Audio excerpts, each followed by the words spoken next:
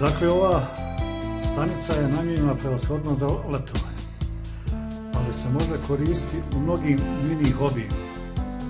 Kada nam je potrebno više ruku da pričuvamo nešto da uradimo, ne možemo to sami, onda to možemo uraditi uz pomoć ove stanice koja ima ove 3 hvataljke.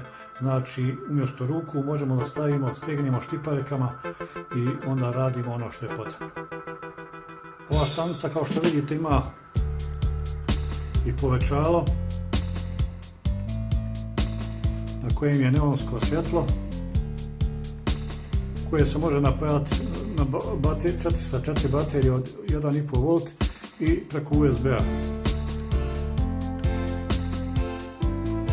Na ovu stanicu možemo da dodamo još kotur sa žicom za lemljenje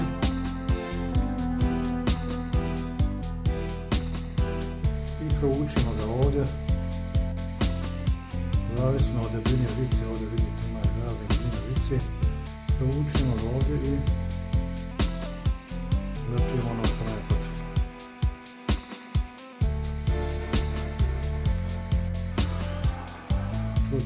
Ovo izgleda ovako.